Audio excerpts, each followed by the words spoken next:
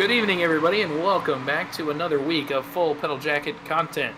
This week we will bring you round number 9 from the Michigan International Speedway, 2-mile track. And we are back on the ovals this week. So we took a 1-week break to go to a road course. We're right back on the ovals. So expect some more pack racing action tomorrow night, at least for a little bit. This track, kind of like a baby Daytona, per se. When it comes to the banking and how the track runs, you'll be able to see it here as we watch these guys finish up practice here for the next 2 minutes or so. And then we will work to set the grid for tomorrow night's event. We are sponsored, as always, by JCB Excavation Incorporated, as well as Supreme Ape since the very beginning. And now, if I'm allowed to announce this, which I think I am, we are officially sponsored by Raise Energy. So Rep Sports, so they're joining on here mid-season to sponsor us. It's a line of energy drinks, kind of like your typical ones you'd see, and they're on board now. So great product and some great people over there jumping on board here as we keep going on in the season. So it's awesome to have them. About a minute left in practice here until we'll set the grid. Some guys that missed last week's race at Watkins Glen, they're back this week, so expect a little bit bigger field. So you see there in your frame, Adrian Piedra, Logan Eaker, they're both back. It's good to have them back on the racing surface. And last week's winner is here as well. It's Mason Hausman. He's the first two-time winner in Full Pedal Jacket. Already locked his spot in the playoffs at Bristol, but now solidifies his spot with his win at Watkins Glen. Pure domination last week, beating all 65 laps on the way to a second victory. And he holds the sole points lead out of Watkins Glen. So it's a pretty decent points lead, too, about 35 points separating Mason Hausman from the rest of the field. I think it's 37, actually. So we'll see if he can keep that up this week in Michigan, although I will say it's going to be a very, very competitive qualifying session and race tomorrow night. You'll see times very, very close together here if everything shapes up the way I think it's going to shape up. Let's see. Should have usual suspects at the front. We'll see here just a second as we'll get it started. We'll move to our first qualifier here pretty quickly once he gets onto the racing surface here.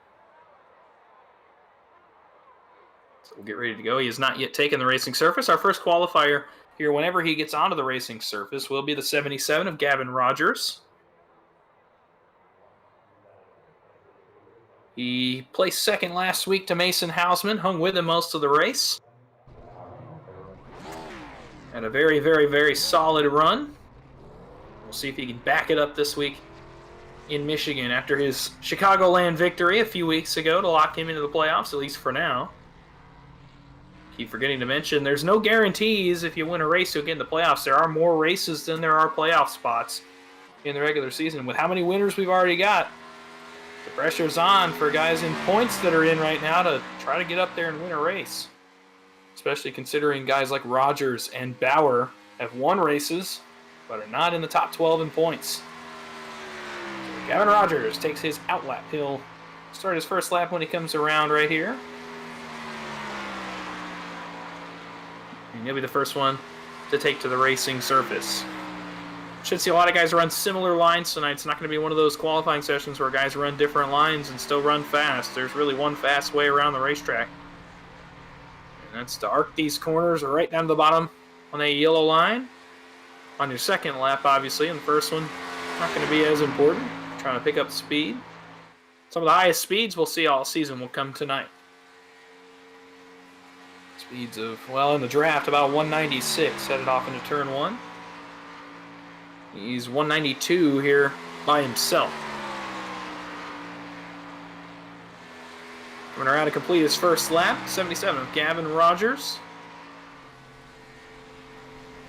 And he'll begin his quick lap. His first lap comes in at a 39.066. We'll see what he can do on his second one, though. There you go, right down to the bottom, trying to kiss that yellow line about halfway through the corner before drifting the car back up towards the wall. Carry as much speed off that corner as you can. Headed down the backstretch towards turn 3. He'll do the same thing. A little bit easier transition from turns 3 and 4 to the front straightaway, though, so not as much emphasis on drifting out to the wall to hold speed. See what Gavin can do here. He's going to keep it down there. So, yeah, you'll see some guys do this, and you'll see some guys run the apron here that is allowed on these 2-mile tracks.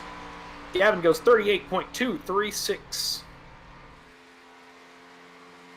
Not a bad lap for him to start it off. We'll move on down the list here. Once Gavin gets off the racetrack. Give him just a second. And it'll be Matthew Fleming onto the racetrack next. Matthew's one of those guys I just talked about that's going to need... So quite possibly going to need to win a race here before the end of the regular season, which is coming up sooner rather than later. These guys are going to need to pick it up. The guys from about 7th or 8th on back in points, especially the guys outside the playoffs right now, they need to pick it up and try to get a win. That's a guy that can do it under the right circumstances. We know he's got speed. He should be fast this week. Been fast on these 1.5-mile, 2-mile ovals the rest of the season. We'll see if he can do it today. He'll start his first lap right here as he passes the start-finish line. Hey, Clayton, we're in the team chat. You want to go up there? He'll run his first one here. Looks like he may try for a fast one on lap 1. We'll see. He's running right down against the yellow line. It appears that's what he's going to do. Down the backstretch. Headed for turn 3.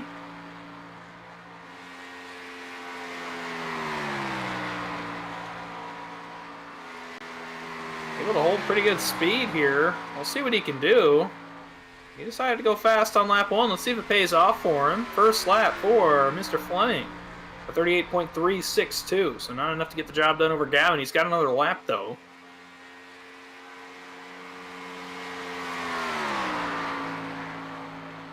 This one looks pretty good, too. We'll see.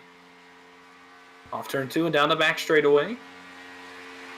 Headed for turn number 3. This track, not quite as much of a tire eater as some of the other tracks we'll go to this season, but it still does consume the tires pretty quick into a run if you're pushing it hard enough. So, hey, y'all know I'm off on it and not get added to said list, even though I reacted to the thing.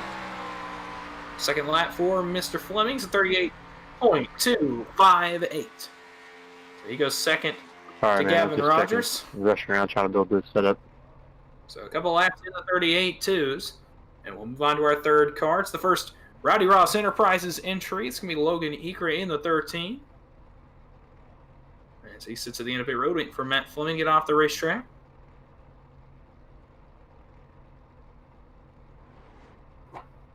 Quite a few guys having to get qualifying laps in tonight. I know it's at least 20 or 25.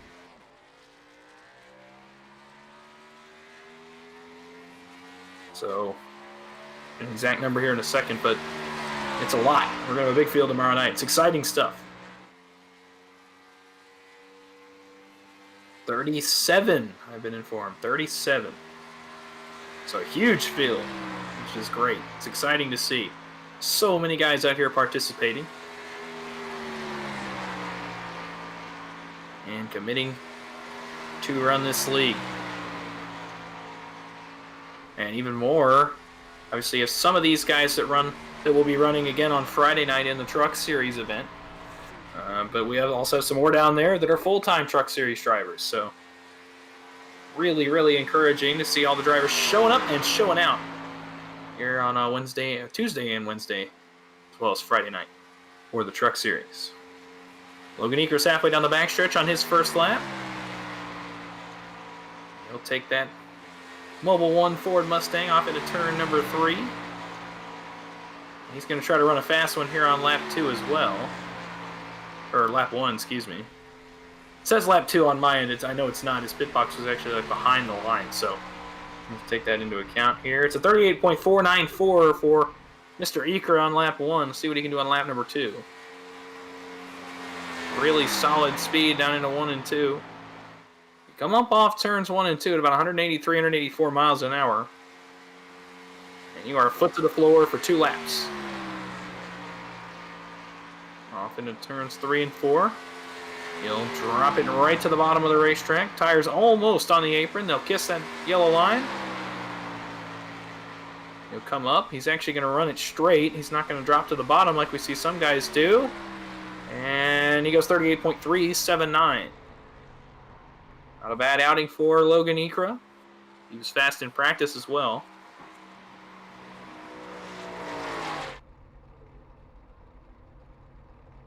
So we'll get back here. Oh, I didn't see him. Well, I know that.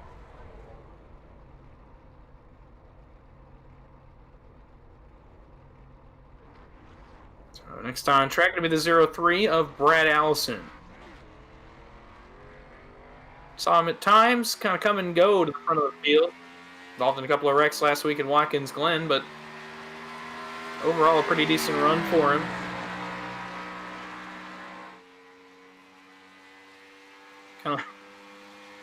Kind of like a breakout performance for him, per se. He is back here this week looking for more. He'll run his 2 laps here. As he comes around to the flag stand. 3 cars down, a lot remaining to go. Quite a few guys up in the point standings, still yet to come. We're here towards the end of the qualifying session, so stay with us. Brad Allison starting his first lap. He's going to run it high right up against the wall. Try to carry as much speed as he can onto his second lap. See if he can do just that. Down the backstretch, headed for turn 3. Same thing, right up against the outside wall.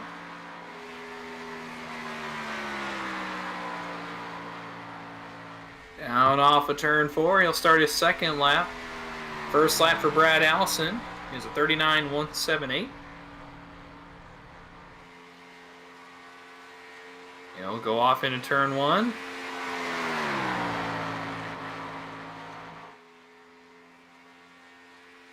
Off turn 2. Down the back straightaway here on his second lap. You saw him go a little bit lower on the front straightaway on entry. He may have taken away some speed on entry. He does the same thing going into 3. See how much it helps him on straight line time, but to see, he had to lift a little bit there in 3 and 4, I think. So we'll see. All the way down on the apron, 38.308. So it didn't affect him that much. He goes 3rd. 3rd quick for Brad Allison. We'll move right along down the list here. We're going to the 117 of John Curtis out of Runts Racing. And this is a team that had a really good all-around run last week. All 3 cars in the top 10, almost all 3 in the top 5. They ran up front all day long. So the practice they put in every week, it's hours and hours of practice, is paying off for them in a big way. And I talked about it last week a little bit, that eventually their practice was going to pay off in a win for one, if not all 3 of these Runts Racing cars. And this week is another shot for them to do it. They were top 3, I believe, last night in our practice session. Near the top of the board here in tonight's practice session. See if they can continue that momentum. John Curtis, he'll see his first lap start over here on the front straightaway. Let's see what he's got for him. John Curtis begins his first lap. He'll head for turn number 1. Running up against the outside wall. A little bit lower, about half a lane lower than Brad Allison did just a second ago. Just trying to carry as much speed off the corners as possible.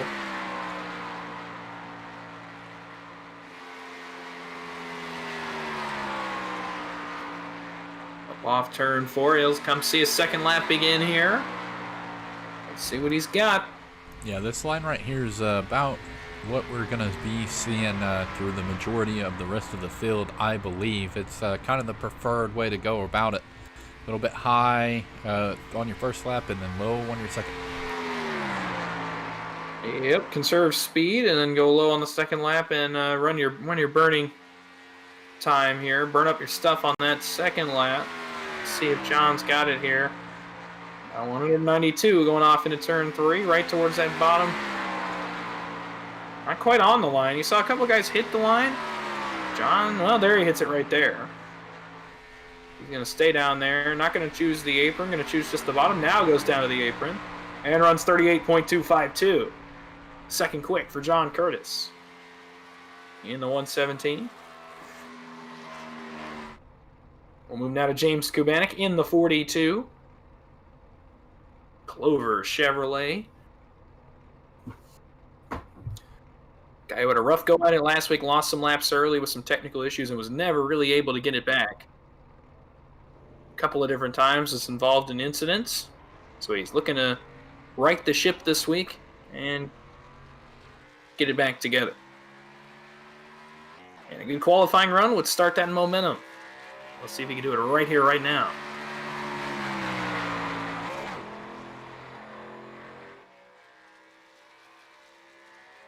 Up off turn 2. You'll see the green flag next time by here.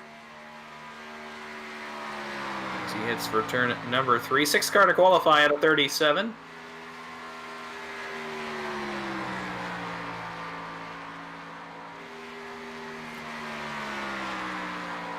Same thing, running high.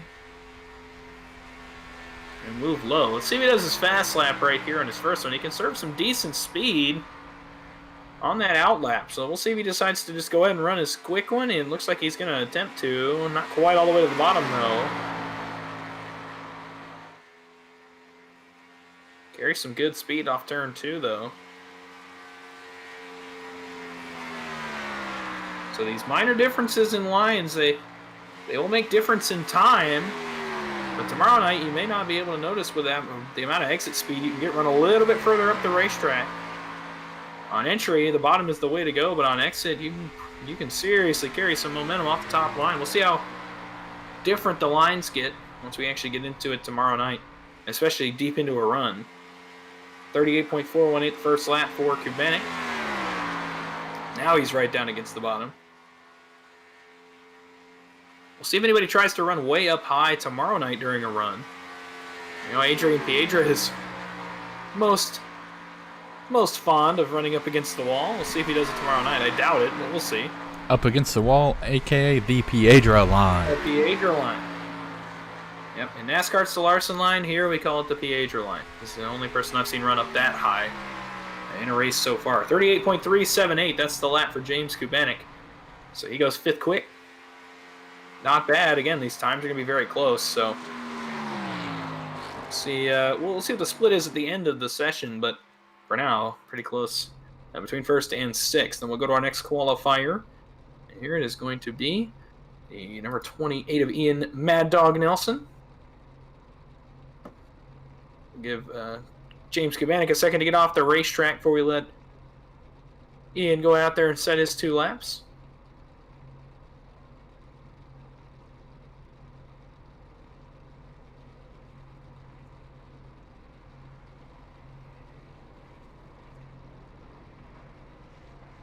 So Ian will roll out on the racetrack here.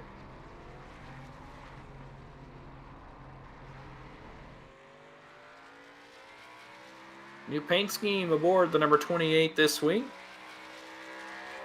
Haviland paint job, throwing it back to the days of Davey Allison. A nice looking black, red, and a yellow machine for Ian Nelson this week. See what it does for his qualifying speed. Or at least boosts his confidence.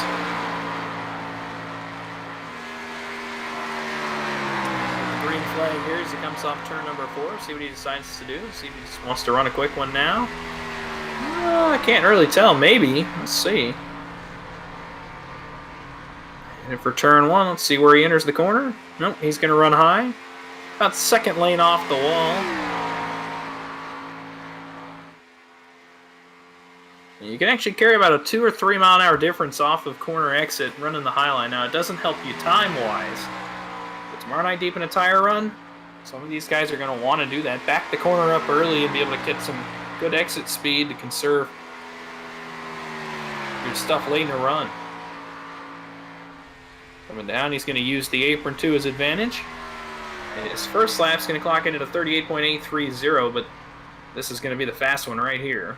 All the way up to the wall, and hooks it right back down there across 5 lanes of racetrack to the yellow line. He's letting it drift way out off the corner. Trying to get as much as he can down the backstretch. For that entry into 3, you want to conserve as much as you can here in 3, speed-wise. With a little bit of a flattening out here at the end of exit of 4. All that speed you can carry is going to help you a ton. He's down onto the apron. Second lap, Ian Nelson is a 38.420. It's good for 7th quick. He improves his lap, but not quite enough to gain any spots. So he'll sit 7th for now. We'll go right on to our next qualifier. It's going to be Lucas Sylvester in the 85. We'll give Ian Nelson just a second to get off the racing surface. Lucas Sylvester, the newest member of Thick Hick Motorsports, joined the team this week as the 5th car in the stable. Wow. A couple of guys moving around team-wise and league-wise, so Lucas decided to take the open spot.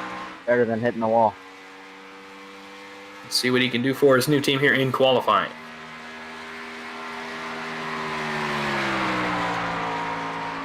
He's been working hard all week, I can tell you that much. Get that time down as low as he can to run a couple good laps here, so we'll see what he's got. Coming on the line, he'll take the green flag. Time to beat a 38.236 by Gavin Rogers. So no one's touched that time yet. We'll see if anybody does as we get later on in the qualifying session. Lucas Sylvester, our 8th car to qualify. Out of a total of 37. A lot more chances for that 38.236 to no longer be the pole time. We'll see what these guys have to say about it. Off turn 4 down the line. That'll be the first lap complete for Lucas Sylvester. He'll start his second lap. His first clocks in at a 38.980. But here he goes on his second lap.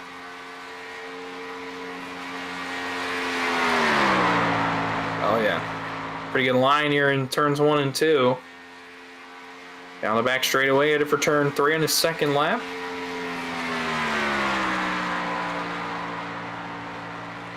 And off into turn 3 goes Lucas Sylvester, right down to that single yellow line, not a double yellow line this week. They go right down to the apron, onto the flat part of the racetrack. To the line, Lucas Sylvester. Quick time, 38.215. For the driver of the 85 Toyota. So he goes pole. For the time being, that's a good lap out of the number 85. Practice is shown here. If you put in the time, it'll pay off for you. So, well, and here we're going to another guy that's practiced a lot this week to make a statement, and that's Griffin Williams in the 0-2. So back-to-back THM entries, and they've been putting in a lot of work this week. Let's see if it pays off for Griffin like it did for Lucas Sylvester. So time to beat now, 38.215.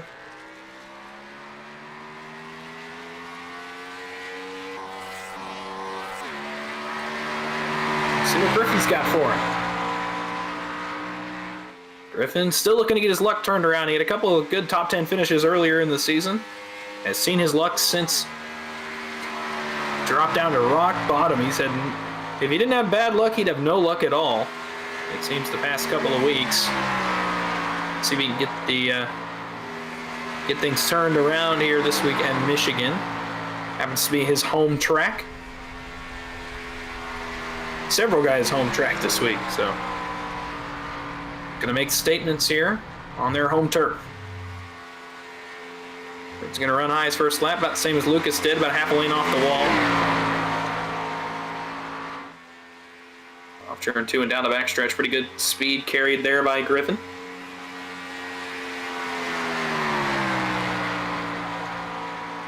Yeah, I'm not particularly sure how many guys this is the home track for. I know for sure it's the home track for Griffin Williams and DJ Thomas, who you see in a little bit. I'm sure we have others in the field. Can't forget Griffin's dad there. Oh, of course, Brandon Williams. I don't believe he is with us tonight, but you will see him later on in the week. I know for sure in the trucks, I think. Griffin's on to his second lap. Off 2 down the back straightaway. His first lap was a 39.021. This is the lap that counts the most.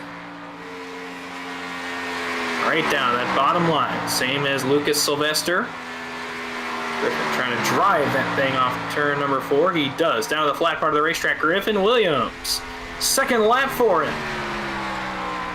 A 38.278. That's good for 5th on the board right now. So a good run by Griffin down into the 38.2s. It's where we'll see a lot of guys tonight sitting right around that 38. Jonathan Hammond in the 92. Out of CM Motorsports. Good lap, Griffin.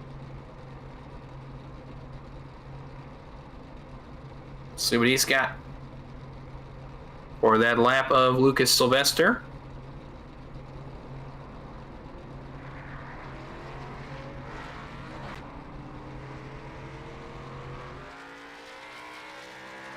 You'll pull onto the racing surface here. Forgot to mention this last week, I think. Forgot to mention this last week, but a brand new paint scheme aboard the 92. All of CM Motorsports with new paint schemes. You'll see 2 of them tonight with John Hammond and Paul Ferdiani. All the new paint schemes. All the new paint schemes courtesy of Paul Ferdiani for CMF. Yeah. Yeah, Paul did some great work on these cars. This one especially. Maybe I'm a little bit biased because my own paint scheme are these colors, but I don't know. That's just me. Something about that neon blue, pink, and black is caught on in the full pedal jacket scene. Apparently so. You'll see Mason Houseman when he qualifies, also a new paint job, and it's also those same colors. So, also working on another paint scheme coming up for Zach Comella, going to be similar to those for his new team, South Beach Motorsports. There you go. Lots of neon pink and neon blue. First lap for John Hammond will clock in at a 39.058. He'll begin his second lap here, right down at the bottom of the racetrack.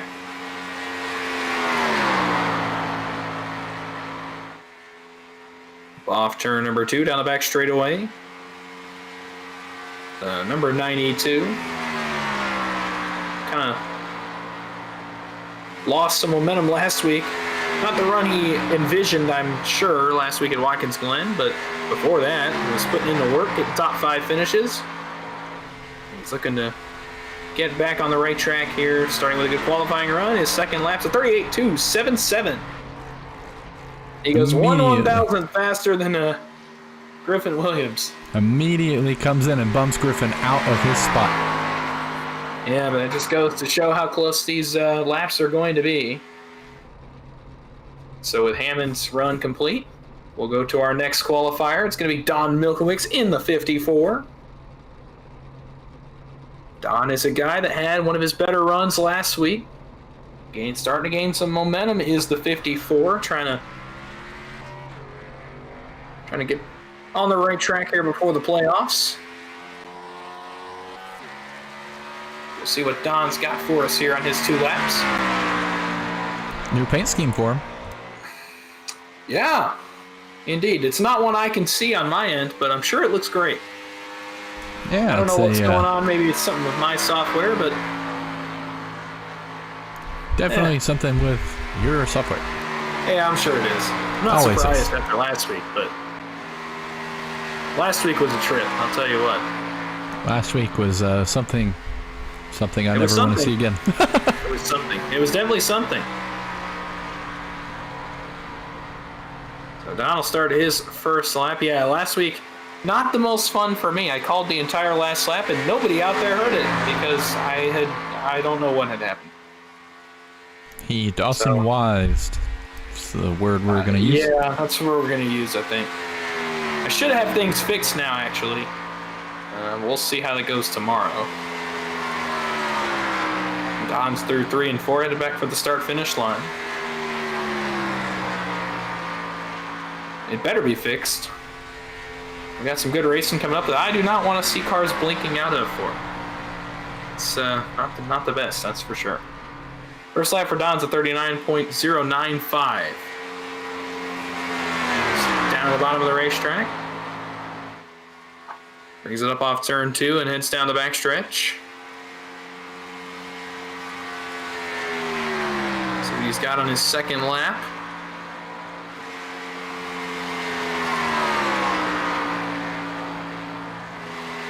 Off turns 3 and 4, here comes Don. Down to the start-finish line. Second lap, Don Milkowitz is a 38.280. Good lap for Don into the 38.2s. He's 7th as we stand. So solid run for him.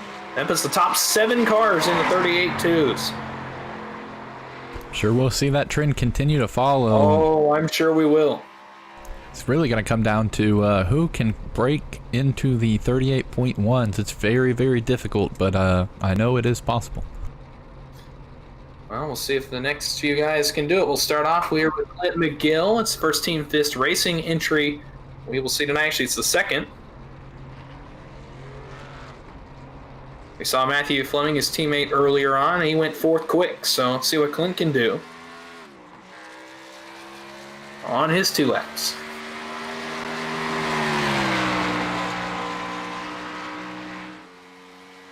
Still missing their teammate Michael Lanfair. He's missed a couple of races now. Hope to have him back very soon. Yeah, Michael is currently taking a much-needed vacation, from what I've heard. Oh man, I don't blame him for that.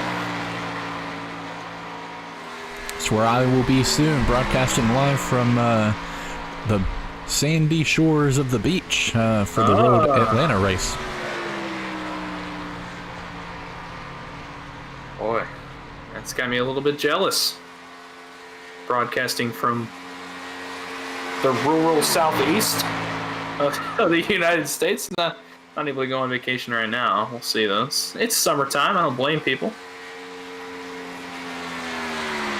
So Clint's on his first lap. He's headed for turn number 3. Looks like he's running the middle. Not sure if he's trying to run a fast lap. I don't know. Carrying some serious speed, I can tell you that much. Yeah, I did see a couple of guys practicing running in the middle instead of all the way up at the top. The speeds were around the same. I don't know if you can really gain very much out of it, just as long as you're kind of above that first seam. Seems to be okay, but it really comes down to how much it wears the tires on the first lap and how much speed you can carry. It was 38.485 on the first lap. Now he's all the way down to the bottom, so we'll see. We'll see if it helped him at all. Ooh, maybe a little bit too low. Maybe I had to correct that one a little bit, but holy cow, he's got some speed here off turn 4. He's going to drop to the bottom all the way to the apron. Clint McGill, second lap. 38.394, so must not have helped him that much. He goes 11th quick. Not far off of anybody behind him, but for now, he's 11th on the chart. Next up, we'll go to another RRE entry. It's going to be Jared Sherlin in the 83. So we'll give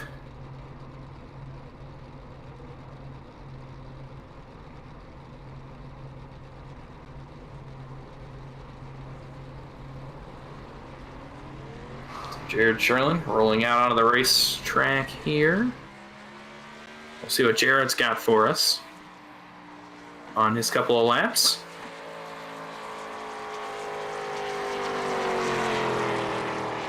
It's taking him a second, I think. Taking it easy out of the pits. So he gasses at the blue line. He does. Wait. Okay. Downshifted for a second. Now, okay. We'll see. Guys have different strategies that work out for him. So we'll see what it does for him. I mean, if anything, I think that could come down to maybe not wanting to get a black flag on the unsafe pit exit. It's very easy to do on this track. That yellow line sneaks up on you pretty quick whenever you're coming to that cone. Yeah, you got to get all the way across the blue line here to not get a penalty. So some guys like to take it a little bit slower. Could be the apron is a little bit flatter. Maybe he thinks it's going to burn his tires more if he tries to gas it and hook the car that far to the left, trying to really gas it up off pit road. I don't know. We'll see. He's going to go for his fast one right here. Or maybe he'll try for 2. We'll see. First lap for Jared Sherlin is a 38.658. As he heads for turn 1. Now he's all the way to the bottom. Wasn't before. Now he is. Off turn 2, headed for turn number 3 on his second lap.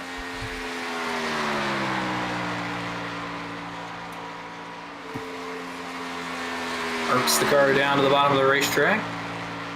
Took him a second to get it down there. We'll see how much that costs him on the timesheet here. He definitely got a little bit more speed out of it, but distance around the track is kind of more important whenever you get to these longer tracks. It's 38.503. Must have hurt him quite a bit. He goes 13th quick. 13th fast, 35.03. Jared Sherwood. Next qualifier on the speedway is going to be Alex Coffey in the 777. Second of 3 Runts Racing cars. Teammate John Curtis is 3rd quick right now. We'll see if Alex Coffey can follow his lead here. And run near the top of the speed chart.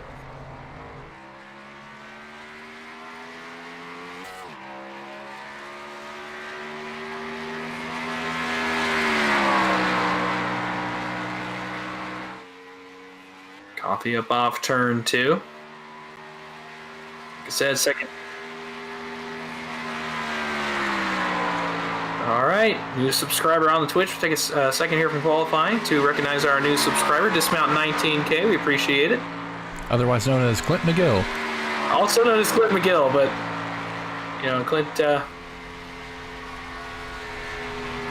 Clint's really committed to the league. And it's good to have him around here. Saw him qualify a little bit earlier on. That was qualifying? I thought he was just out there lounging around as slow as what he ran there. 38.394 is not that bad. He's saving us all his speed for the race. Let's see. He's 11th quick right now. We'll see what he can do. Alex Coffey down in turn 3 on his first lap. And high, about half a lane off the wall. Like I mentioned, second member of Runts Racing. They put in a ton of practice, and they did it again this week. 38.882 on his first lap for Alex Coffey, but here comes the fast one. Let's see what he can do. Right down on that yellow line. He had 2 tires on that apron. If you got the rubber to stick it down there without getting loose, that is definitely a way to get around this track faster. We'll see. Looks good so far. Let's see if he does it again in 3 and 4. He does not. And he goes right down onto the apron, flat part of the racetrack. Second lap, Alex Coffey. 38.220. Woo. Second quick for the Runts Racing 777. Knocking on the door. Very, very close to a pole time. Just missed it. We'll go to our next qualifier. It'll be DJ Thomas. Wow, look at that. He's actually at the track. He is at the track. Good to have DJ back with us this week. He'll do his qualifying run. You can see it in his driver picture. He showed up early, apparently, in the morning for a Little pre-race photo outside of the Michigan Raceway. Well, I did mention earlier, at least for he and Griffin Williams, this is their home racetrack. Now, DJ guarantees pole position every time he comes out here, so we'll see if he can hold on to his word. I know in the little pre-race practice we were doing just before we got on to qualifying here, me and him were battling it out for who could get down into the 38.1, so. We'll see. I know he was fast earlier. 38.215's the lap to beat. And I think at some point he ran a 38.213. See if he can replicate that here in this qualifying session. Track has actually cooled down about 3 degrees. It's down to 81 degrees track temp. There is a pretty decent wind. I don't know how much it's affecting the drivers. It's not something I can see. From the practices that we've done, I believe it helps you gain a little bit more speed down the back stretch and slows you down a bit on the front stretch. So 38.638 first lap, DJ Thomas. It's one of the faster first laps we've seen. Yeah, he ran the middle. You saw it there, third lane up. From the apron there. Carrying really solid speed into 3 and 4. Kissing that yellow line. DJ Thomas off forward, headed for the start finish line. Second lap, DJ Thomas. 38.219. Not quite the full, but he goes second quick. Very close again to knocking off Sylvester from that pole position, but those are some good laps for the top 3. 5 1,000s from first to third. How about that for DJ? That's quite a welcome back gift for him. He runs second quick. We'll go to the next machine here. It's going to be the 4K of Cody Harrelson. We'll give DJ another second here. Now he'll roll out of the speedway. Cody involved in a couple of early incidents last week at Watkins Glen. So looking to stay clean and get a little bit better here in the finishing order. So we'll see what he can do here in the qualifying session.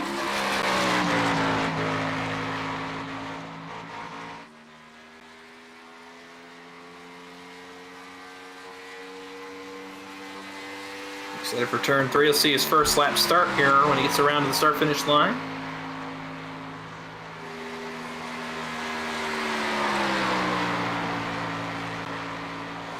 So Sylvester, Thomas, Coffey, Rogers, Curtis, that's the top 5 right now. All within about 4 100ths of a second of each other. First lap will start here for Cody Harrelson. And not far off that 4 100ths is Matt Fleming with a 2.5 at 38.258 in 6th. Yeah, you really got to get down into the lower of the top 10 before you get anything outside of a couple hundredths of a second away. But even then, these guys are all running very close together all the way up until you get into the top 15. Well, and this is just top lapping. This is not going to necessarily determine who's going to be up front all race.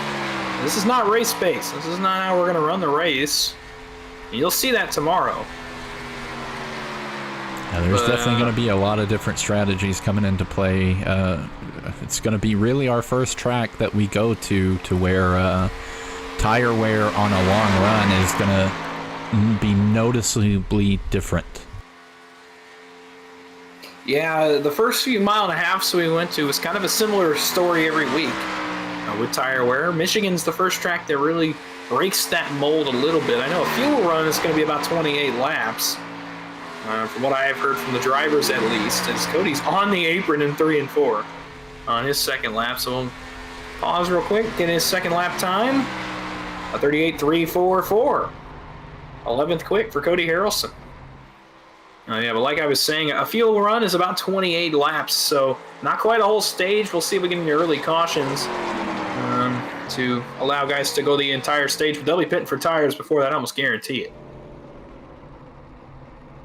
We will We'll get to our next qualifier here in just a second. It was supposed to be Shane Cochran. He is not currently in the session. So we will move to the 66 of Paul Ferdiani of CM Motorsports. The second of those two new paint schemes we talked about earlier, a little bit of a blue and red look on Paul Ferdiani's machine.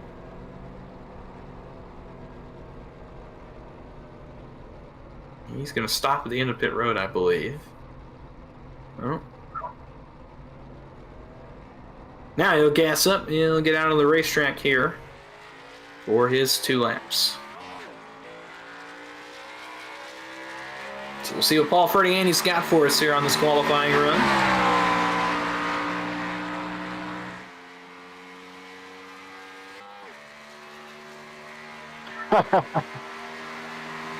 Down the back stretch in turn 3. You'll see his first lap starter when he comes around the start-finish line. You gotta do a whopper on the corn maze. That's what every road course is for me, a corn maze. So, first lap will start for Paul Ferdiani. I had to take a second to listen to the race chatter, and I believe that the stream that y'all can hear the race chatter, at least from this session. So you heard Marcus talking about a corn maze right there. Funny dialogue, man. You get a little bit of a taste of our normal conversations outside of a normal Wednesday night here on Tuesday night qualifying. Yeah, a little bit of a sneak peek into the background of how these drivers interact with each other on a little bit of a less serious day. Qualifying still pretty important, but guys like to come out here and still have fun up until the race tomorrow, where they got to put the gloves on and take it full on 100% focus. And even then, you'll get your personalities to come out during the race. So it's not just here that you're going to see drivers' personalities come out. I mean, obviously, the first example is Derek Preston, who actually is with us again this week. So it's great to have Derek back with us here. I don't think he has raced in a few weeks. I can't remember off the top of my head. He may have raced last week. I can't remember. Off the 38.359 for Paul on his second lap. So you saw him run it. You didn't hear me talk about it, but he does run a 38.359. We're going to make sure here real quick that he gets off the racetrack. He is booking it down the back straightaway. Oh, now he will.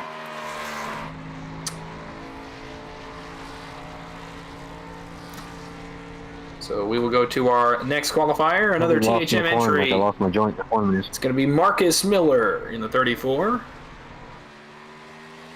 Marcus was up inside the top 15 at times last week. A couple of incidents kind of plagued his day.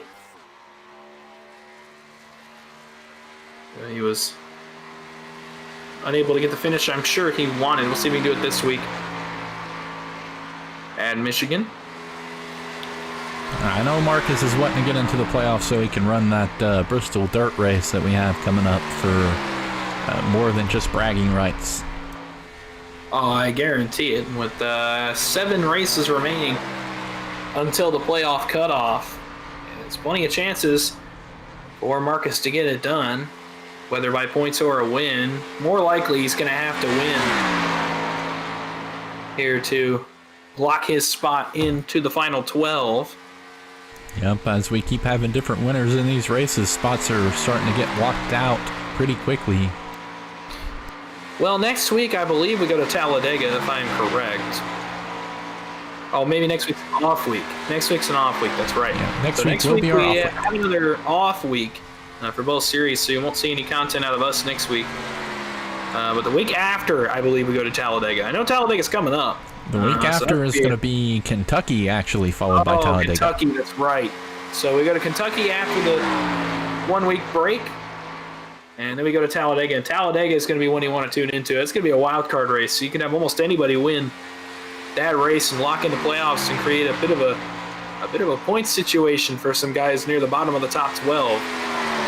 That's where your wild card winner is going to happen. We'll see Obviously, with some super speedway ringers possibly not showing up, it opens the door. Second lap for Marcus Miller is a 38.198. Oh my! Where did that come from? Marcus Miller is into the 38.1s. What a lap for Marcus Miller. Are you kidding me? Must be something really good at the end of that maze. Wow. That looked that good. It's a burner. Marcus Miller goes 38.198 and goes to the pole for now.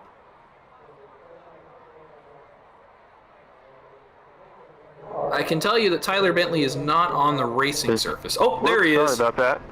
Now he's on the racing It looked good, surface. but he got the job done, Marcus. That's all that matters. I know, it looked terrible. That's unbelievable. 38.198, Marcus Miller. How about that? That's something. He saved all his speed for Michigan, I guess. He was tell just you holding what, back. I don't know. if you are starting anywhere besides in front of Marcus, I would be scared. Man, He may run off and win this thing. I don't know. That's almost 2 100s faster than Lucas Sylvester, and the first driver to break into the 38.1s, and really only the second driver this week without a draft to run under a 38.2. So we'll see if he can hold on to that pole. I'm not sure if it's a product of the track wearing in. I wouldn't think it would be. I would actually be more convinced, at least based on the week of practice, that the more guys run the bottom, the worse it gets. I'm pretty sure. There is a sweet spot whenever you're looking at pretty much around these next couple of qualifiers, anywhere between 17th all the way back to about 28th or 29th, where the bottom is going to be just warm enough to really stick to the bottom on these colder tires that we're going to see here with the current track state. We'll see if anybody else runs a similar lap, but man. Ooh, that is fast. Regardless, that is extremely fast. First lap for Tyler, or maybe is that his second lap? That is his first lap. This is his first. His box is behind the line. That's what's confusing me. It registers a lap on his out lap if their box is behind the start-finish line. So this is the second lap for Tyler Bentley, who is, I believe, still second in points coming into this week for Bentley Motorsports. 37 points off of the points leader, Mason Hausman. So only two drivers have actually broken 300 driver points this year. It's Mason and Tyler. So, and only one has a win. Tyler is the best driver in points without a victory, and Tyler goes 38.258. Tied with Matthew Fleming for P7. So Tyler will go P8 with a 38.258. Next on the racetrack, going to be Chris Stitz in the 41. Definitely his best run last week. P3, I believe. At Watkins Glen. So Chris looking to keep that momentum up and get another good run. He said he can hear you. Here this week at Michigan. No problem. So top five now is Miller, Sylvester, Thomas, Coffey, and Rogers. They're separated by about 4 100ths of a second. How far am I down on the list? Because I'm about to reset my lap.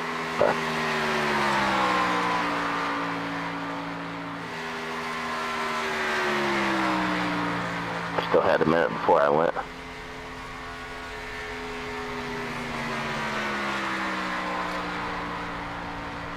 Chris does start his first lap here as he heads for turn number one. Yeah, so like I'm dead right, you know what I'm saying? Off turn number two, Chris Stitz here on his first lap of two.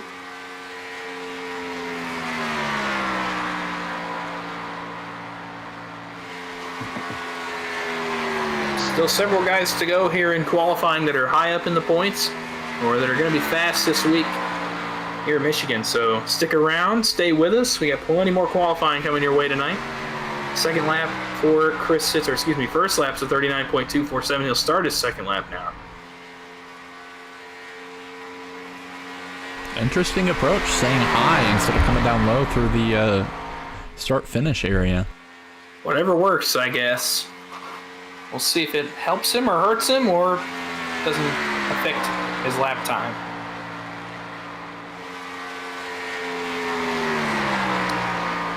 Three and four down to the bottom of the racetrack. Second lap for Chris Stitz. Time to beat 38.198. What's Chris got for us across the start-finish line? 9.7 for Chris Stitz. He goes P12.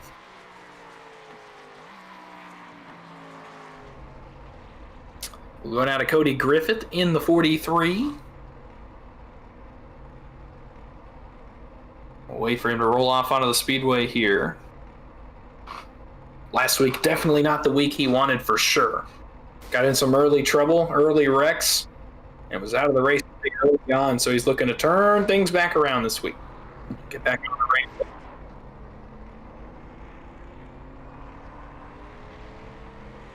So he'll begin his rollout onto the racetrack here. Cody's had speed at times this week too. We'll see what he can do.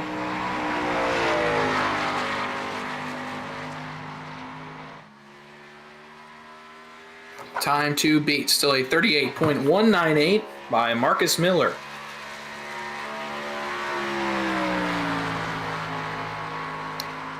Still several cars to qualify though. 21, this is qualifier number 21, Cody Griffith. Still quite a few cars even after him to qualify and try to get up to that lap of 38.198. Yep. Hey, do you want me to go back into my stall? Because I can't turn my car off. Cody Griffith here on his first lap. Second line, right on the seam between the first and second lanes. Okay, I can't even get back in my stall.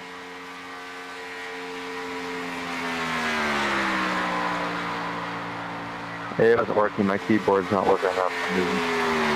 Down through 3 and 4 here on his first lap, running again on the seam. Now cuts it down towards the bottom of the racetrack. Headed for the start-finish line, Cody Griffith. First lap for him is a 38.460. It's good for 19th. Excuse me, 20. Another one of those kind of faster first laps. Yeah, he cuts it closer to the bottom this time. We'll see if it helped him. Might have. We'll see. Just be another one of those interesting strategy decisions that maybe some guys didn't think of. Maybe Cody's going to take advantage. Ooh, misses the bottom on that one a little Yeah, bit. missed the bottom. Still carrying decent speed and wasn't far off the bottom, so it's not like he shot all the way to the wall. It is going to hurt his time. He still goes 38.374, so not a terrible lap for him. P16 on the board, and it just shows how close these laps are. A difference of 2 100ths would have put him 15th. A difference of 2 100ths the other way would have put him in P number 19. He'll come back towards the pit lane. It'll be Mason Hausman on track next. Last week's winner, a 2-time winner here in this inaugural season of Full Pedal Jacket Intimidator Cup Series racing. He is the points leader as we speak and is most likely locked into the playoffs here as the only driver with 2 wins. So we'll see what he's got here in the qualifying. Talked a little bit about it last week, but Mason, he is a member of a new team out here at South Beach Motorsports. Their first start last week, and his first start with SBM, it's his first win with SBM. So I'd say a pretty desirable start for him with his new team. Obviously, his new team is himself, Zach Camella, TJ Roberts, and Colin Bauer. You'll see 3 of them tonight. Colin not with us again this week. We hope to get him back very soon as well. You'll see the other 3 cars. Here is the first of them. He'll start his first lap, I believe. It's clocking him at lap 3. Yeah, the scoring gets a little bit weird sometimes, so... Yeah, you did hear him say that He had to reset the car there because he could not turn it off, so he reset it a couple of times there, and where his pit box is behind the line. I've already done 3 laps?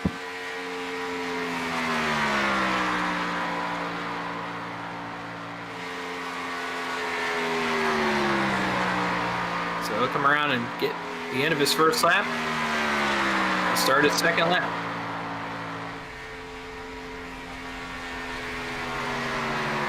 First lap for Mason's 38.965. You saw him run way high on the racetrack. Now cuts it up to the second lane and right down to the bottom. Trying to stick it. Gotta stick it for the biscuit.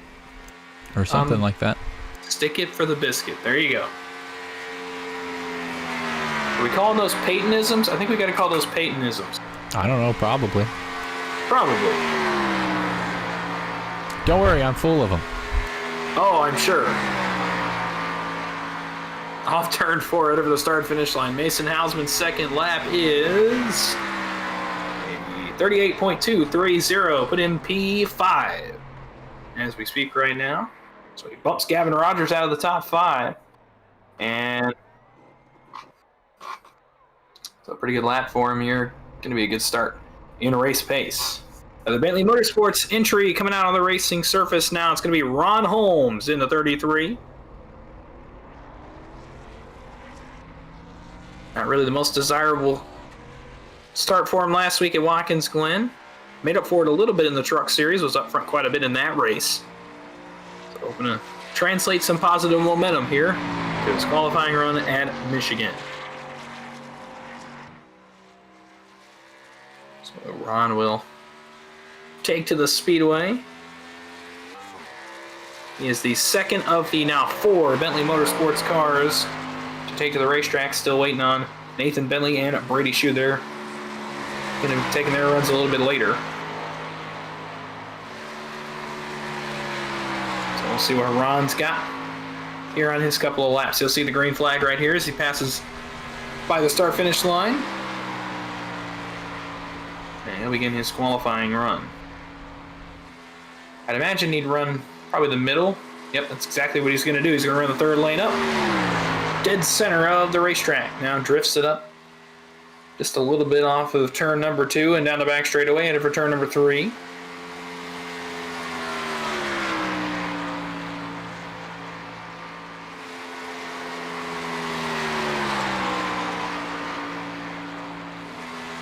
Off turn 4, headed for the start-finish line. He'll start his second lap here. We'll see what he can do with his fast lap on lap 2. His first lap, he is a 39.654. You saw him lift in turn 1. I wonder if it's to save tire.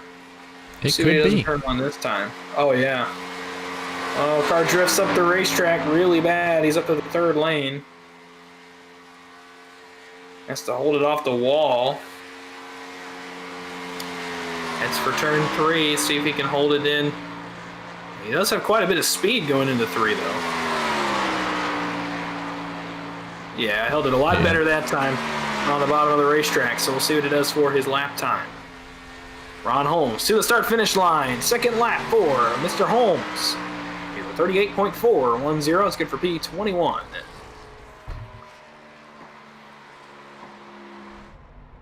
Moving right along now, we're going to go to our next qualifier. It's going to be the first lap bandit, Derek Preston, in the 16. All right, he'll take his couple of laps here in just 1 second.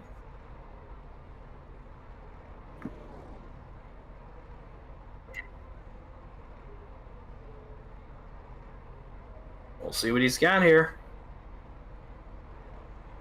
on his couple of qualifying laps.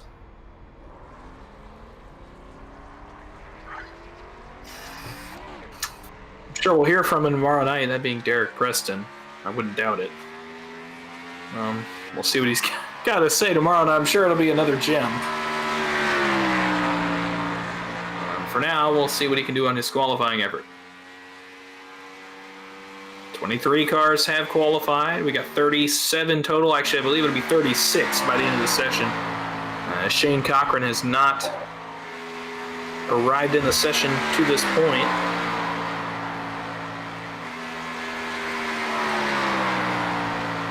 Turn 4, Derek will start his first lap here as he hits the start-finish line.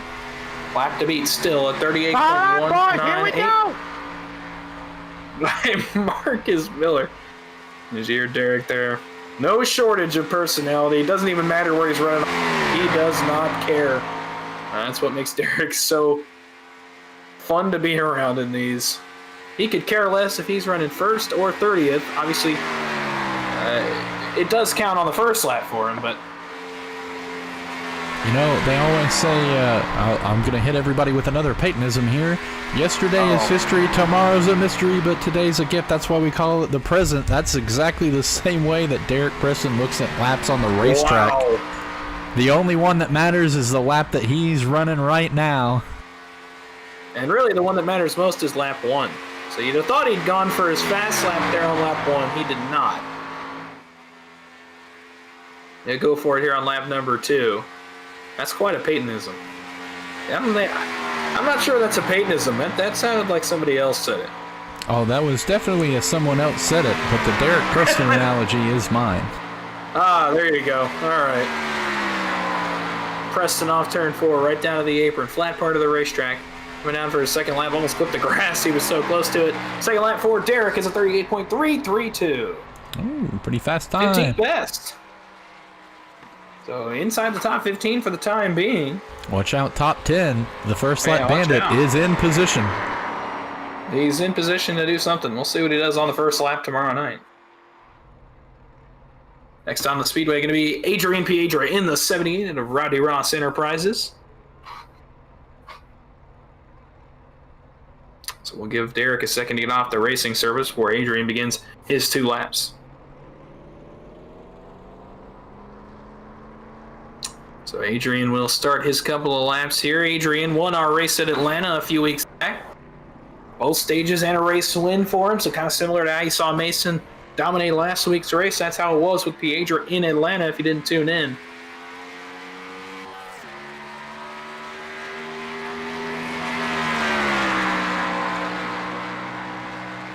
So we'll see what Piedra's got for us here. Piedra has... Is that a dig towards the left of us? Piedra is unofficially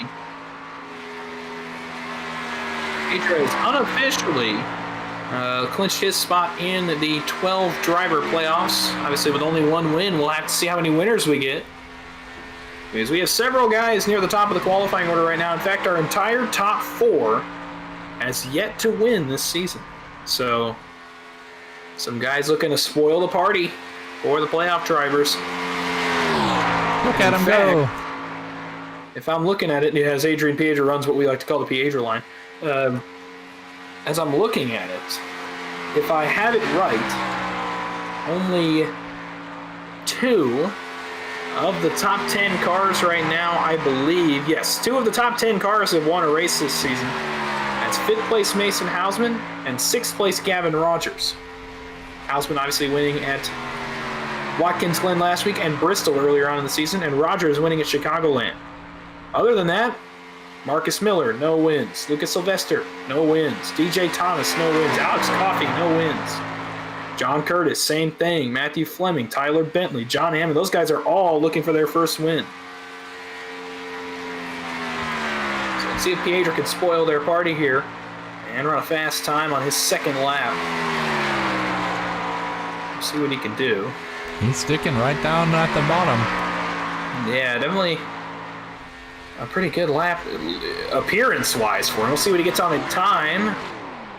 It's 38.229, so he does spoil the top 10 party. He goes P5. So now we have 3 of our, I believe, 5 winners in the top 10. 5th, 6th, and 7th right now are our winners, but still, 7 out of those top 10 cars do not have a win yet this season. They're going to be hungrier than ever. Here's another one of our race winners. It's going to be Zach Camella in the number 2 Raise Energy Chevrolet here. So sporting the new sponsor. He's had this paint scheme for a couple of weeks now. Debuted at the All-Star Race a few weeks back at Rockingham. So this is our 4th winner out of our 5 official winners, I believe. Maybe it's 6. I think it's 5.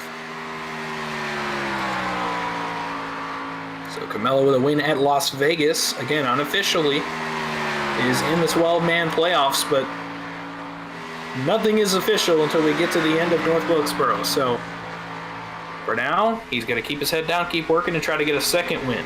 It's a little bit different story for Mason. I talked about that earlier. Mason with 2 wins with only 7 races left and only 5 cars having won a race. It's pretty safe to say he has locked himself in, especially as high as he is in points. So we would hope so, at least. Yeah, and I'm not even sure this is going to be his last win of the regular season, that being last week at Watkins Glen. He may win again before that. He has expressed to me that he is excited to take these cars to Road Atlanta, so after that performance at Watkins Glen, I'm sure he is. I'd be excited too if I had led 65 out of 65 laps at Watkins Glen and let no one touch my back bumper all race.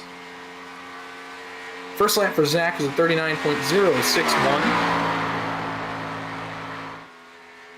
But yeah, if I were Mason, I'd be very excited for horse races, especially considering, assuming he gets to that point, the cutoff race of the second round of our playoffs is at the Charlotte Roval.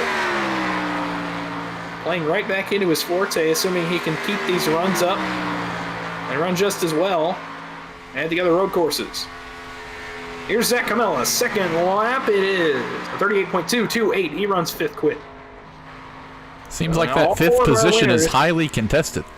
All 4 of our winners are 5th, 6th, 7th, and 8th now. At least all 4 that are here are 5th, 6th, 7th, and 8th position. So we'll go now to the number 9 machine of Brady Shoe out of Bentley Motorsports. Sporting a brand new paint scheme. Oh, yes, a brand new paint scheme. That I had hoped to avoid talking about on here, but I guess I'll have to. Oh, maybe I won't. Maybe I'll leave it up to mystery. You'll be able to tell what I'm talking about pretty quickly. All you got to do is read the side of the car and put 2 and 2 together. Yeah, I'm sure everybody's going to be able to put 2 and 2 together eventually. We'll let y'all do that. We're going to leave that up to the audience. Still sporting at number 9, though. Of course, in the Chase Elliott font. Can't forget that. And he has added Ray's Energy to that car. As one of the quarter panel sponsors there. He's sporting the new league sponsor as well.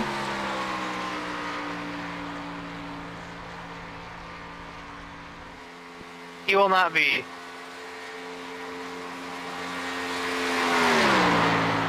He does plan on racing tomorrow, though.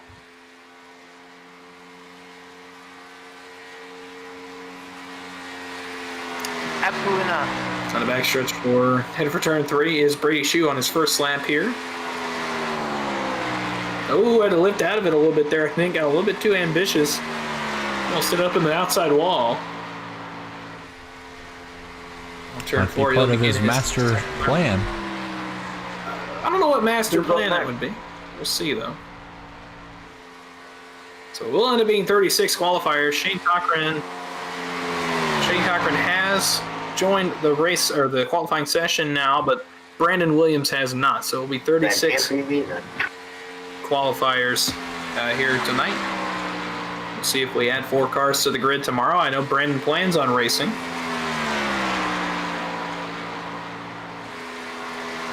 Father, thank you. So we'll see what other drivers we get. We'll have 3 spots after that, if so. Brady Shoe, second lap for him. A 38.350. And it's good for 19th on the speed chart. Hope to make Big Victory proud. We'll go now to our third and final Runts Racing car. It's going to be Brendan Bogo in the 007 machine. How long do I got until I run?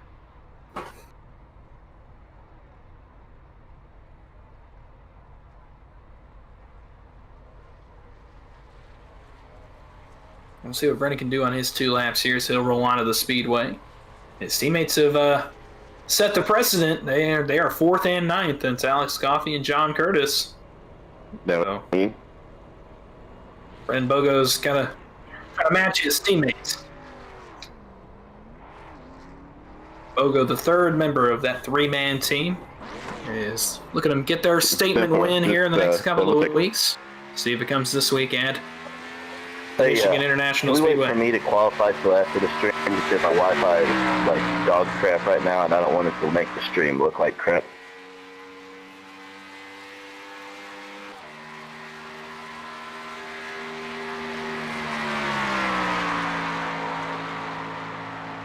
Okay, let's just check. I just don't want to get over the place on the stream. So Brennan Bogo, I'll turn 40. He'll start his first lap when he comes around to the start-finish line here.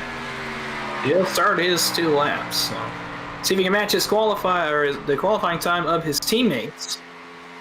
Gonna run right up against the wall, half a lane off the outside safer barrier. Still waiting for when they put the new damage model on these cars. I assume we'll be waiting forever. Never.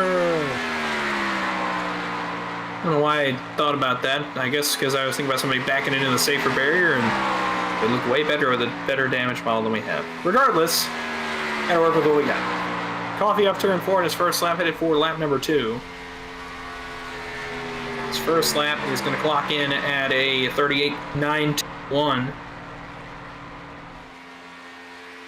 It's the first lap 1 that we've seen be down underneath the 39s in quite a while. Yeah. So we'll see what he can do on his second lap. Right now, not exactly great. Obviously, 38.921 is not what he wants, but not his fast lap. This one's his fast lap. He did miss the bottom a little bit in turn 1, I think. Yeah, we might be seeing a little bit of that rubber come into effect down there at the bottom, getting harder and harder to stick.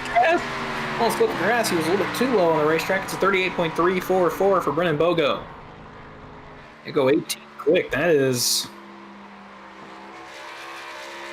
tied with Cody Harrelson. Abnormally, I don't want to say slow, but it's almost a compliment to him. It's abnormally slow for Brennan Bogo. We're used to seeing him up inside the top 10 or even top 5. You'll have to make up those spots in the race. We'll go now to the 72 of Jeff Meaden. Maybe? Maybe not? Maybe not. Well, I will see y'all people tomorrow.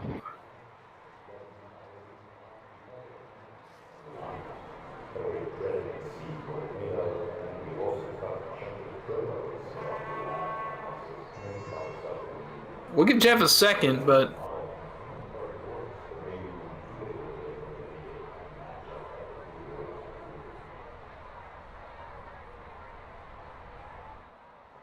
so we'll move on for a second here, and we may come back to Jeff Meaden a little bit later on.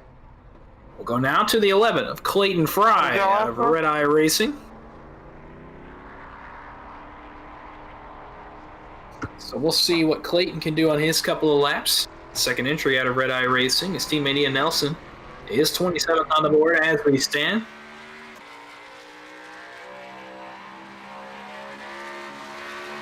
Hey. Through 1 and 2 here onto the racetrack comes Clayton Fry. It's been a couple of weeks since we saw Clayton as well, I believe. I don't think he raced last week. In his own words, not the biggest fan of road courses. I'll tell you that much. Yeah, he prefers to stick it to the super speedways and other sorts of tracks like that. So I'm sure he's enjoying being able to come to Michigan. Well, I can tell you he'll enjoy Talladega in a couple weeks, and he will tell you that personally. Clayton has run some of the most laps at Talladega of anyone that I have ever interacted with on here. It's absolutely unreal to see how many laps he has put down on that racetrack over the years. So be ready at Talladega. Clayton Fry is going to be a force to be reckoned with. For now, he'll come off turn 4 on lap 1 here at Michigan, try to get a qualifying effort in. He'll start his second lap here when he sees the white flag.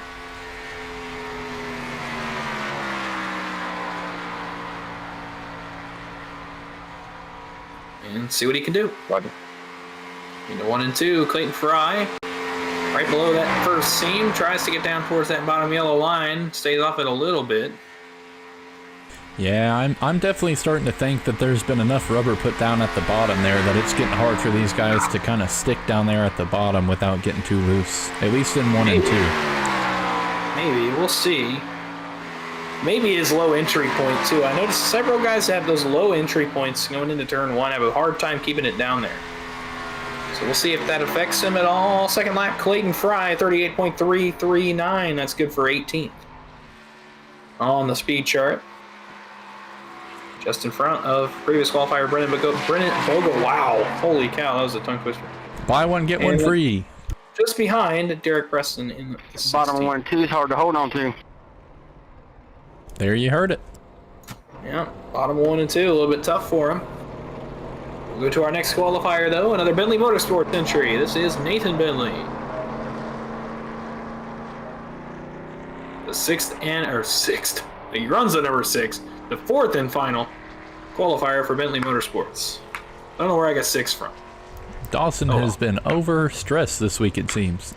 I can agree with that, that's for sure.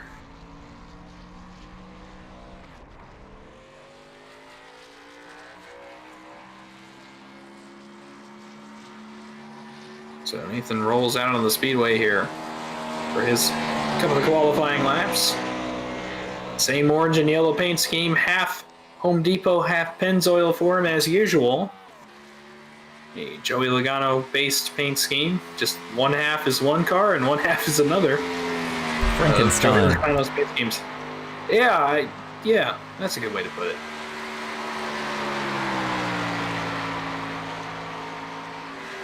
So come off turn number 4 here and head towards the start-finish line. We'll see what he's got. First lap underway for Nathan Bentley.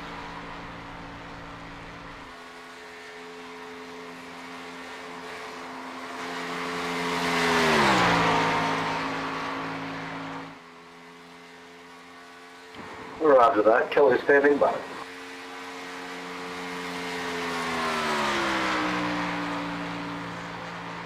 Take forward, good buddy. So, oh man. Bentley through 4, coming down to take his second lap. Should add Shane Cochran to the list of guys that still has to qualify, although he has apparently undergone some connection issues in the past couple of minutes because he has once again disconnected. Wonderful. And not by his own doing. It's always something you hate to see, but by the doing of his internet. Yeah, that's been the story, I think, of our season so far. Internet connection issues have really plagued a couple of guys.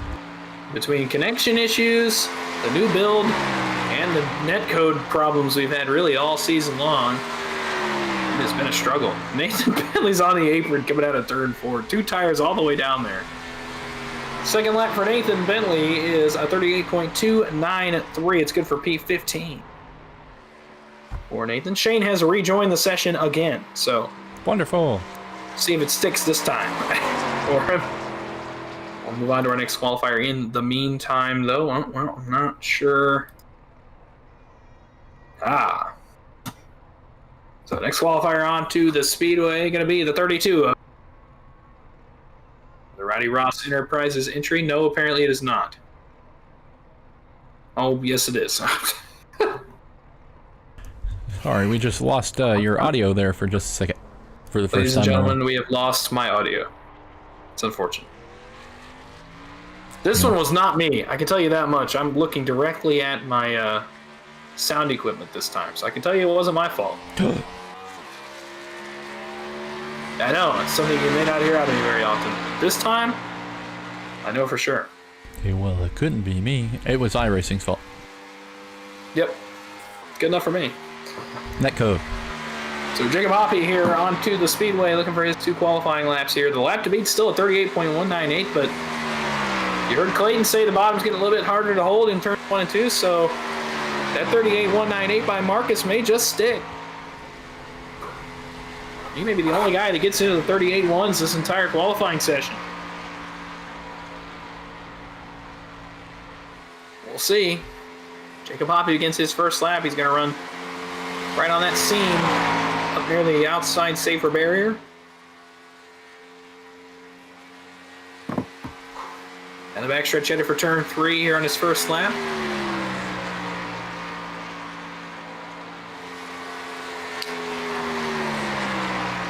We'll see what he's got for the rest of the field. One of his teammates is 26th in Ikra. Another one of his teammates is P6 in Adrian Piedra. So opposite ends of the spectrum time-wise, although not separated by all that much. 39.039 is his first lap. If he shoots for 16th, we can have a completely spread out team here. Yeah, 6, 16, and 26. I'm not sure if that would be good luck. But... no, it would be 6, 16, and 27. Oh, yeah, that's true. Not quite. Not quite. Pretty close. Maybe 36. I don't think that's going to be possible. He's 31st. I don't think we have that many qualifiers left. Jacob Oppie to the line. 38.282. They go 15th. 15th. So very close. That was almost. I predicted that. Normal. Completely planned. We talked about that before the race. 38.282. Wow. We'll go to our next qualifier now. I'm not 100% sure. We'll go to the 99 of Jason Kelly. He'll roll off pit road and head for his 2 qualifying laps here.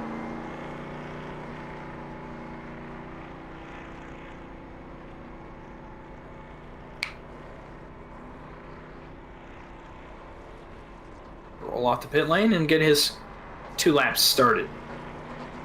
Jason Kelly, 1 start to his name in Full Pedal Jacket Intimidator Cup Series racing. Came at the Charlotte Motor Speedway, where his night came to an end on a brutal rollover crash on the back straightaway.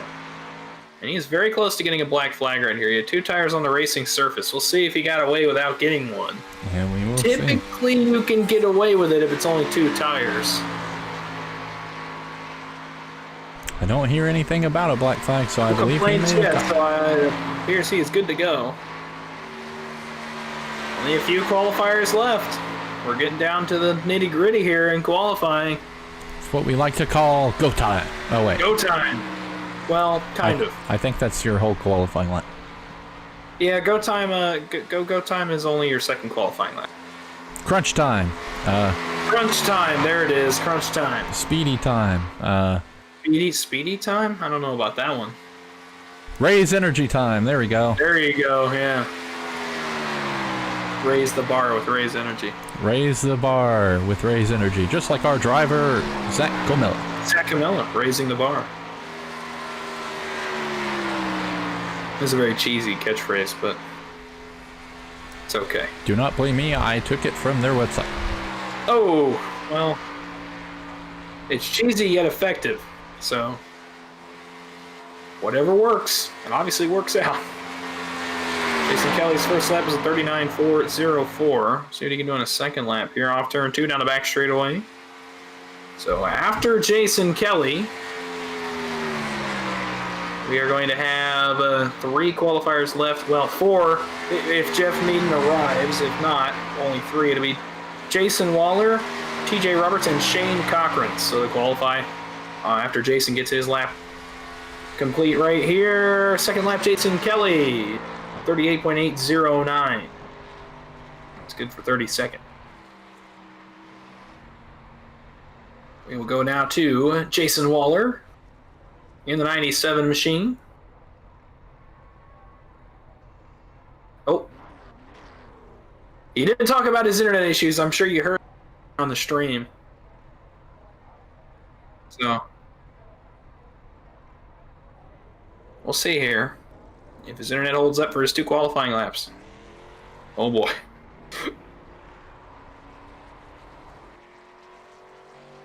We'll see what he can do. I mean, if anything, if he keeps blinking out, we can just call him Houdini, because he's going to sit down a lap time as a ghost. There you go. Jason Waller, also sponsored by Casper the Friendly Ghost. Apparently. Otherwise known as Iracing Connection. You have the best Wi-Fi in the world and still disconnect from iRacing. Or you can run on a mobile hotspot and be Nathan Bentley and still be fine. Yeah, it's very weird. Yeah, you could have the best Wi-Fi or Ethernet cable in the industry and still disconnect, but somehow, some way, Nathan Bentley has run the entire season on a mobile hotspot, and I think that's pretty impressive.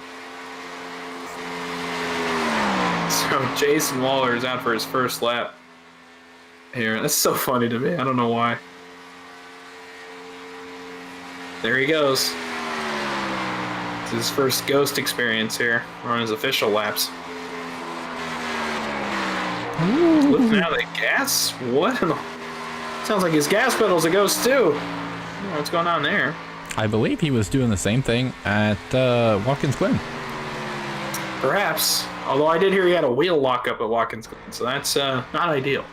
His wheel does not like... 39.123 at on his first lap here, so Jason Waller looked for a little bit more here on his second lap. Definitely got down closer to the bottom than what we've seen a couple of the other guys get recently. They're really starting to have to try to apex that corner in 1 and 2. So still as we stand, we do have our 4 winners in the top 10, but still 6 out of the top 10 do not have wins, including all 4 of the top 4 cars. So lap to beat, still 38.198 by Marcus Miller. Here's the second lap for Jason Waller. It's 8:39.89 for the 97 of Jason Waller. The internet held up. How about that? He didn't disconnect. There you go. You love to see it. Whoa, we got a car on track. He's gonna go for it. Oh. Maybe I missed something. I just pulled out. Darn. All right, we'll go to TJ Roberts.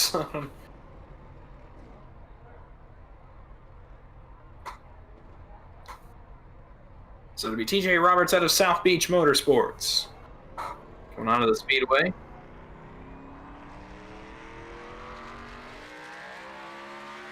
Roberts got his good run last week. And Watkins Glen actually got one to go his way a little bit. He's getting there now where he's able to not get involved in somebody else's mess late in the race. So we'll see if he can keep that up. Doing well in points so far. Well, you know, we say that, but he did get taken out while leading the Truck Series race, so maybe he'll take that luck with him over to the Truck Series and clean up the Cup Series finishes here. Yeah, I know he's probably looking more for a good run here than he is there. We'll see. But obviously, he's got the speed to win races here, so I'd imagine that'd be his first priority. His first lap is underway. We've seen him get close a couple of times. Either strategy doesn't play out for him, or he ends up in somebody else's mess. Or there's a late caution. Or there's a late caution. Yeah. That's typically how it goes for TJ, but he is hungry for a win. So we'll see if we can get it done here this week.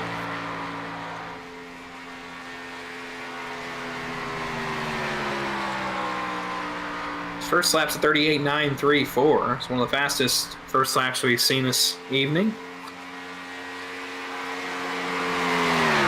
Down at the bottom of the racetrack. Yeah, you can tell the bottom line's gotten a little bit hold. Yeah, everyone's running about a half a car length up above that line. You can see really where the black part of that racetrack is, where the rubber's been set down, is about as low as they can go. Turns 3 and 4 are a little bit different. They're a little bit flatter, I think, also, so maybe helping out just a tad. Second lap for TJ is a 38.3 flat. That's good for 18th on the speed chart. Now we'll go to Shane Cochran in the 86. He'll be our next qualifier. Looked like he was going to have a great run last week. Kind of got derailed by an early pit stop and then a couple of wrecks that he got caught up in. We'll see if he can turn things around this week.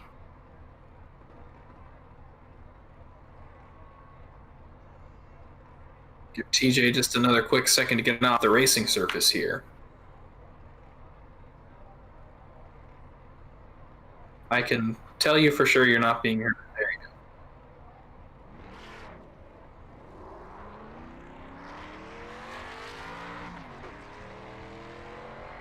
go. Thank you.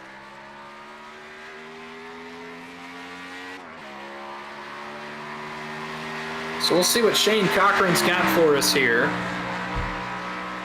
2, possibly 3 qualifiers left. We'll see if Jeff Meaden comes back around. If not, it's going to be 2 qualifiers left. So Cochran followed by a first-time entry here to qualifying, Ray Zirkett in 37. Finally joining us. See if these two can touch that 38.198, but the way the bottom line looks right now, I'm just not sure. Yeah, it's going to take a probably just luck. How much skill you have, it's going to change the difference of that grip difference at the bottom. Yeah, I know these last 2 guys are capable of being fast, but this one may be out of their control. It's the kind of the benefit and the drawback of doing the random number draw for your qualifying position. You don't know where you're really going to end up going, and if the track gets put into a state like this where you can't stick to the bottom, you're kind of just got to run as fast as you can and hope for the best. Well, but on the flip side, for guys like Marcus Miller, Lucas Sylvester, DJ Thomas, it's the luck of the draw. So it goes both ways. You either get a little bit cheated by the system, or you get the benefits of it. You saw there, the 86 just could not stick the bottom on corner exit. So we'll see what he can do on his lap time, but he just was not able to stick that bottom line. He's a little bit later to the bottom than Marcus was on his 2 laps, so... Yeah, but you can see kind of drifting out in 3 and 4 now. Yeah. It's Second going lap, to Shane be Cochran. 38.368. Man, the laps are getting slower as we go here. He's 26th on the chart. Yeah. So Shane Cochran goes P26. We'll give him a second here. Make sure he gets off the racetrack. There he goes. That's going to be about the story of the race as we get on into the later stages of it. Even if you have fresh tires, as you can see here, not a lot of laps being put down. It'll be a lot different whenever you got guys out there running in that single file lane at the bottom on restarts, really putting down rubber, making it slick. All right. So here is Ray Zirkett in the 37. His first appearance here in full pedal jacket.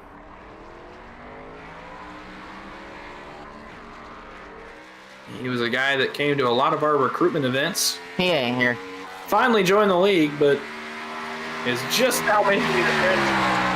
And let's see what he's got for us. Yep, I know he's blazing fast on super speedways. I'm not sure about the 1.5 or 2 mile ovals. I don't have much experience with him on those, but seems to me he's pretty quick. We'll see what he's got here for that 38.198. But again, like it was for Shane Cochran and several of the guys before him, the lap times just aren't the same now that the track is worn in. So we'll see if Ray can break the mold and run a faster lap than that 38.198. He'll start his first lap here at the start-finish line. We'll go right on that 3rd seam, between the 3rd and 4th lines, just outside that darker pavement. Yeah, it could be an issue as well. I know we haven't really seen anybody trying to run up high since Piedra did it all the way up against the wall, so maybe a little bit of rubber being put down there. You can kind of see right around that 3rd seam, there is a little bit of a darker portion to the track, so it has definitely changed. Worn in quite a bit on those top 2 lanes from so many guys running near the top of the racetrack. 38.881 on the first lap for Ray Zirkett. There we go. He's going to run the 2nd line. Now goes to the bottom. Might be a little bit faster. He is a guy that has a little bit more experience. I know he's been on iRacing a little bit longer, so maybe he knows something about running on the worn track. 38.198 is going to be awfully hard to achieve, I think, no matter what he does here. I'm just not sure he's going to be able to touch that lap. We'll see. 2nd lap, Ray Zirkett in the 37. A 38.367. 26th for Ray Zirkett. Thank you. We will check one more time and see if Jeff Meaden is here. I was informed by the child of the corn, Marcus Miller, he was not here. I don't believe he is. We'll see. We'll give him another quick second.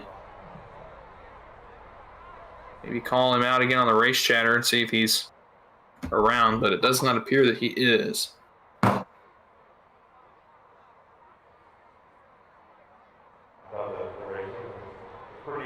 Still not here. All right, so with Jeff Meaden not here, we will go ahead and go through, for now, the starting order for tomorrow night's Intimidator Cup Series event at Michigan. It's going to be 120 laps on tap tomorrow night. First two stages will kind of cut the race in half. It'll be 30 and 30, and then our final stage is going to be the second half of the race at 60 laps. So we'll see how that turns out tomorrow. And here, as of now, is your unofficial starting order for tomorrow night's event. On the pole is the 34 Thick Hick Motorsports entry of Marcus Miller. So he pulls some speed here tonight at Michigan. He runs the fastest time of the session, 38.198. Outside of him on the front row is going to be Lucas Sylvester in the number 85. Row 2, going to be DJ Thomas in third and Alex Coffey in the fourth position. Row number 3, going to be two former winners this season. It's going to be Zach Comella in the 2 and Adrian Piedra in the 78. Row number 4 behind them, 6 is going to be Mason Hausman in the 17. And, that'd be 7th, I believe.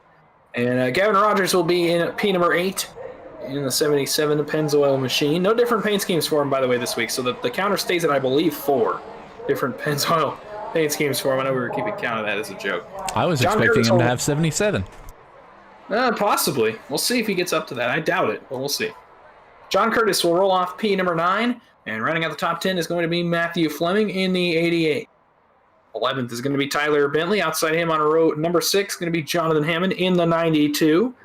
Griffin Williams will roll off from 13th in the 02. And Don Milkowicz will roll off from P number 14. Jacob Hoppy starts off row number 8, and outside of him is going to be Nathan Bentley.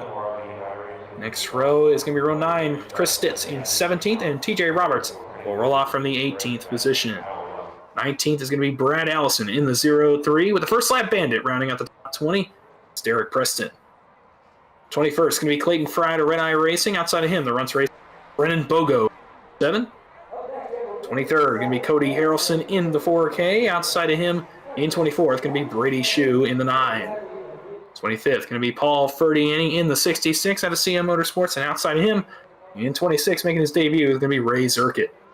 27th is going to be Shane Cochran in the 86. Outside of him, going to be the 43 of Cody Griffith. James Kubanik will line up behind them in the, I believe, 29th position. And rounding out the top 30, going to be Logan Eaker in the 13. We'll go through the rest of the field pretty quick here. 31st, Clint Gill. 32nd, Ron Holmes. 33rd, Ian Nelson. 34th, Jared Sherlin. 35th will be Jason Kelly. The last guy to really qualifying time was Jason Waller. He'll start 36th. For now, starting 37th is Jeff Meaden in the 72, the only car not to register a lap here tonight. So that is the 37. Unofficial car will take the grid tomorrow night. A few more spots open for guys that did not make it to qualifying with us tonight. We'll see, and we'll see about them maybe running later laps or just joining the grid at the back end. So we'll get to that tomorrow night pretty early on. We'll let you know where they're starting, and we'll update the starting order for you again tomorrow night before the race. You will not want to miss it. It's going to be round 9 of the Full Pedal Jacket Intimidator Cup Series from Michigan. It'll roll off a little after 8 o'clock Eastern Time, as per the usual. Joining back in here from Michigan, 120 laps will be on tap. We'll hear from some of the drivers, including your pole sitter, Marcus Miller, before the race goes green. We'll see what they've got to say about tomorrow night's event. Until then, though, I think I've rambled on enough. I want to thank our sponsors again, JCB Excavation Incorporated and William Rice. Great partners to us. Supreme Ape, since the very start, has been with us. And now on board, Raise Energy and Rep Sports. I want to thank them again for coming on board with us. And I'm sure they will be a great partner to us as well. We'll talk a little bit more about them probably tomorrow night during the event. For now, I believe that is all we've got. So we hope you join us right back here, wherever you may be watching tomorrow night for our 120-lap main event of the week. And later in the week, we'll get to some Truck Series stuff, but we'll talk about that a little bit more tomorrow as well. Until then, I hope everybody has a good night. Join us right back here tomorrow. Good night.